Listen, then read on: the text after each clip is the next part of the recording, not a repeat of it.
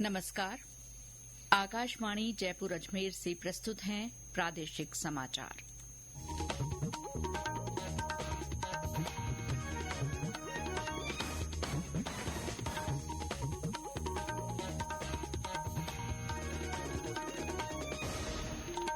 मुख्य समाचार। राष्ट्रीय परीक्षा एजेंसी ने संयुक्त विश्वविद्यालय प्रवेश परीक्षा 2024 की उत्तर कुंजी जारी की। राज्यपाल कलराज मिश्र ने जोधपुर के सरदार पटेल पुलिस विश्वविद्यालय को अपने पाठ्यक्रमों को समयानुकूल उपयोगी बनाने को कहा। ऊर्जा मंत्री हीरालाल नागर ने कहा, प्रदेश सौर ऊर्जा उत्पादन के साथ सोलर उपकरणों के निर्माण का हब बने। और राज्य में कुछ स्थानों पर अच्छी बारिश, बांदीकुई और भरतपुर में सबसे ज्यादा 9 सेंटीमीटर बरसात दर्ज।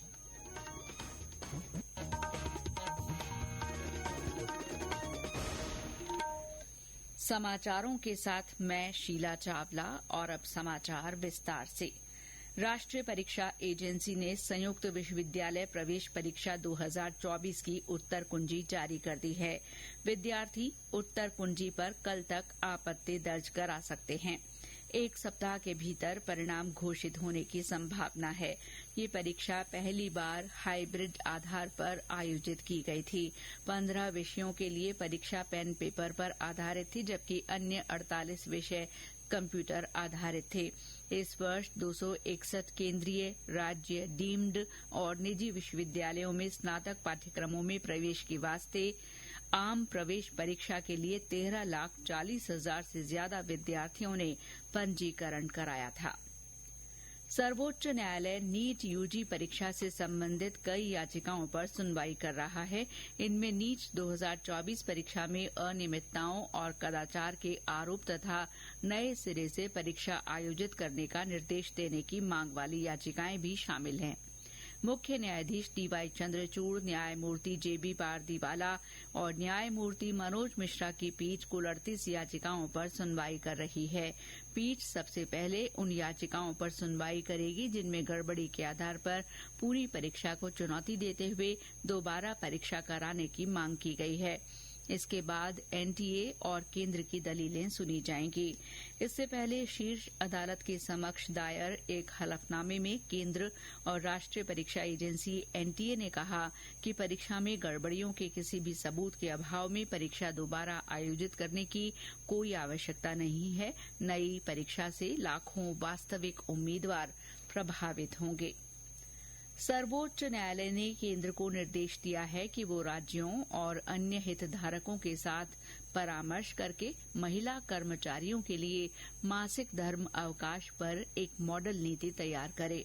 मुख्य न्यायाधीश डीवाई चंद्रचूड़, न्यायमूर्ति जेबी पारदीवाला और न्यायमूर्ति मनोज मिश्रा की पीठ ने आज मासिक धर्म अवकाश नीति की मांग करने वाली जनहित याचिका का निपटारा कर दिया।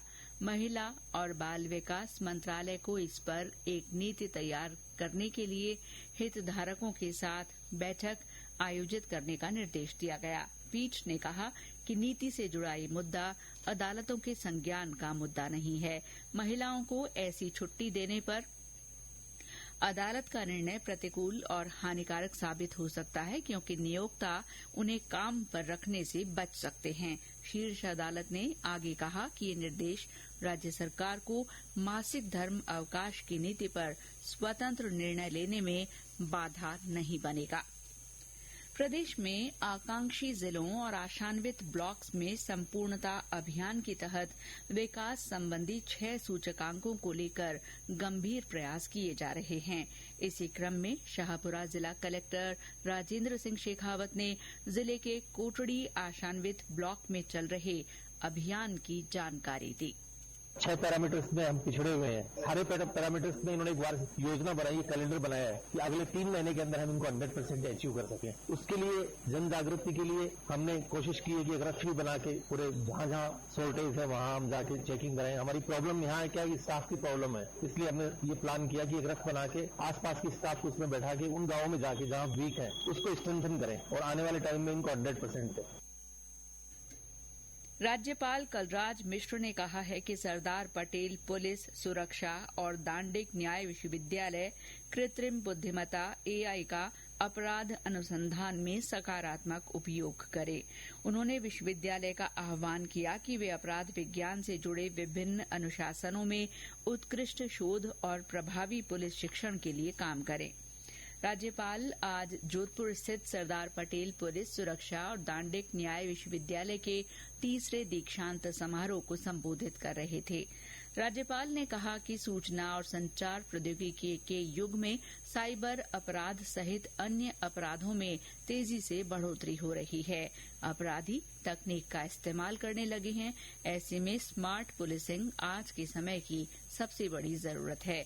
उन्होंने कहा कि प्रतिस्पर्धा और वैश्विक चुनौतियों के इस दौर में पुलिस विश्वविद्यालय को अपने पाठ्यक्रमों को समयानुकूल, उपयोगी और अद्यतन बनाना होगा। साथ ही विश्वविद्यालय को पुलिसिंग, आंतरिक सुरक्षा, साइबर सुरक्षा, फॉरेंसिक साइंस क्षेत्रों में शोध को प्रभावी बनाना होगा। उन्होंने कहा कि इससे पुलिसिंग की विभिन्न विधाओं में शोध और अनुसंधान में युवा अंतर्राष्ट्रीय स्तर पर अपनी पहचान बना सकेंगे।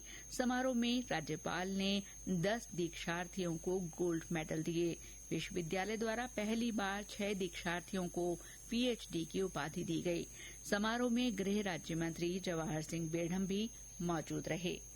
ये समाचार आकाशवाणी जयपुर अजमेर से प्रसारित किए जा रहे हैं। ऊर्जा मंत्री हीरालाल नागर ने कहा है कि राज्य सरकार प्रदेश में सौर ऊर्जा क्षेत्र को बढ़ावा दे रही है। उन्होंने कहा कि सरकार के प्रयास हैं कि राजस्थान सौर ऊर्जा उत्पादन के साथ ही सोलर उपकरणों की असेंबलिंग और मैन्युफैक्चरिंग का हब बने।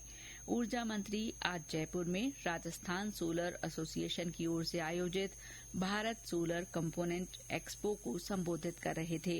इस दौरान उन्होंने पीएम कुसुम योजना के लाभार्थियों तथा सोलर उपकरणों की विनिर्माण इकाइयों से जुड़े उद्यमियों के साथ संवाद किया। श्री नागर ने कहा कि स्थानीय स्तर पर ही सोलर कंपोनेंट मैन्युफैक्चरिंग यूनिट्स के लगने से solar panel, solar cable, aluminium structure की निर्माण लागत में कमी आएगी और युवाओं को इस उभरते सेक्टर में रोजगार के बेहतर मौके मिल सकेंगे। उन्होंने कहा कि सौर ऊर्जा भविष्य की जरूरत है और हमारे प्रदेश में सोलर एनर्जी के क्षेत्र में निवेश की अपार संभावनाएं हैं। ऊर्जा मंत्री ने कहा कि सौर ऊर्जा को प्रोत्साहित करने के लिए राज्य कैबिनेट द्वारा हाल ही में अक्षय ऊर्जा नीति 2023 और राजस्थान भू राजस्व नियम 2007 के प्रावधानों में संशोधन किया गया है। इनके अनुसार अब प्रदेश में सौर ऊर्जा परियोजनाओं के लिए डीएलसी दर के 7.5% पर भूमि का आवंटन किया जा सकेगा। ऊर्जा मंत्री ने कहा कि राज्य में बिजली तंत्र की मजबूती के लिए आरडीएसएस योजना के माध्यम से 10,000 करोड़ रुपए के कार्यों के प्रस्ताव तैयार किए जा रहे हैं। इससे नए 33 और 11 केवी ग्रिड सब स्टेशनों के निर्माण तथा फीडर सुधार जैसे कार्यों को गति मिलेगी और उपभोक्ताओं को बिजली की निर्बाध आपूर्ति संभव होगी। श्री नागर ने कहा कि राज्य सरकार किसानों को कृषि कार्य के लिए दिन में सस्ती बिजली सुलभ कराने के उद्देश्य से कुसुम योजना को गति दे रही है। राज्य का पूर्ण बजट 10 जुलाई को विधानसभा में पेश किया जाएगा।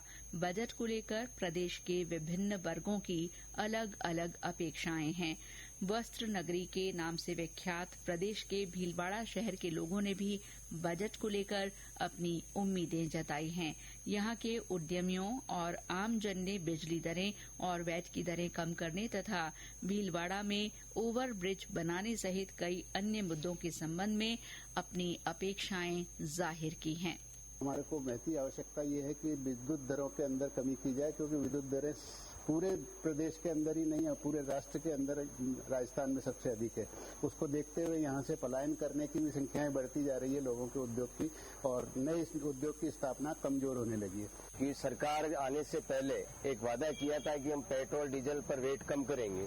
अगर इन्होंने पेट्रोल और डीजल पर वेट कम किया तो लोगों को काफी राहत मिलेगी। पर्यटन दृष्टि से विकास का सबसे महत्वपूर्ण आयाम है भीलवाड़ा शहर में। पर्यटन की दृष्टि से पंख लगने चाहिए और टेक्सटाइल पार्क भीलवाड़ा शहर में बने, ये हमारी प्रमुख मांग। और अब मौसम। राज्य में कुछ स्थानों पर अच्छी बारिश हुई है। बांदीकुई और भरतपुर में सबसे ज्यादा 9 सेंटीमीटर बारिश रिकॉर्ड की गई। चूरू में आज तेज बरसात हुई। जयपुर में कई इलाकों में आज आधे घंटे तक मूसलाधार पानी बरसा। अलवर में 1 घंटे से ज्यादा बरसात हुई, जिससे निचले इलाकों में पानी भर गया। जैसलमेर में आज कई दिनों बाद बरसात हुई। जिले के मोहनगढ़, सम, कोड़ी, चांदन सहित कई गांवों में जोरदार बरसात हुई। मौसम विभाग ने आज जयपुर, कोटा, भरतपुर, अजमेर, उदयपुर, बीकानेर और जोधपुर संभागों में कहीं कहीं बारिश की संभावना जताई है। प्रदेश में आज कई स्थानों पर सांसदों, विधायकों और आमजन ने एक पेड़ मां के नाम अभियान में पौधरोपण किया। पाली सांसद पीपी चौधरी ने जोधपुर जिले के बिलाड़ा में एक पेड़ मां के नाम अभियान में विभिन्न स्थानों पर पौधरोपण किया। इस दौरान ग्रामवासी बड़ी संख्या में मौजूद रहे। जयपुर सांसद मंजू शर्मा ने जिले के लाली गांव में पौधा लगाया। जैसलमेर में आदर्श विद्या मंदिर स्कूल में विधायक छोटू सिंह की मौजूदगी में पौधरोपण किया गया। शाहपुरा के फूलिया कला क्षेत्र के देवरिया गांव में विधायक लालाराम बैरवा ने एक पेड़ मां के नाम अभियान में ग्रामीणों के साथ पौधरोपण किया। धौलपुर जिले में शेरनी नदी में डूबने से 2 बच्चों की मौत हो गई, जबकि एक बच्चे की तलाश जारी है। ये घटना नादनपुर थाना क्षेत्र की है। जानकारी के अनुसार 5 बच्चे खेलने के लिए नदी के पास गए थे। इसी दौरान खेलते समय पैर फिसलने से वे नदी के पानी में चले गए। पानी गहरा होने की वजह से 3 बच्चे डूब गए। 2 बच्चे इस दौरान बाहर आ गए। एक बच्चे की मृत्यु मौके पर ही हो गई, जबकि एक बच्चे की बाड़ी अस्पताल ले जाते समय मौत हो गई। एक बच्चे का अभी तक सुराग नहीं लग सका है, जिसकी तलाश की जा रही है। कोटपुतली जिले के बामनवास गांव में एक हादसे में 8 बच्चे घायल हो गए। हादसा उस वक्त हुआ जब एक निजी स्कूल का वाहन बेकाबू होकर दीवार से जा टकराया। घायल बच्चों को बानसूर के निजी अस्पताल में इलाज के लिए भर्ती करवाया गया है। और अंत में मुख्य समाचार एक बार फिर। राष्ट्रीय परीक्षा एजेंसी ने संयुक्त विश्वविद्यालय प्रवेश परीक्षा 2024 की उत्तर कुंजी जारी कर दी है। राज्यपाल कलराज मिश्र ने जोधपुर के सरदार पटेल पुलिस विश्वविद्यालय को अपने पाठ्यक्रमों को समयानुकूल उपयोगी बनाने को कहा है। ऊर्जा मंत्री हीरालाल नागर ने कहा है कि राज्य सरकार प्रदेश को सौर ऊर्जा उत्पादन के साथ सोलर उपकरणों के निर्माण का हब बनाने के लिए प्रयास कर रही है। और राज्य में कुछ स्थानों पर अच्छी बारिश हुई है। बांदीकुई और भरतपुर में सबसे ज्यादा 9 सेंटीमीटर बरसात रिकॉर्ड की गई। इसके साथ ही प्रादेशिक समाचार बुलेटिन समाप्त हुआ। नमस्कार।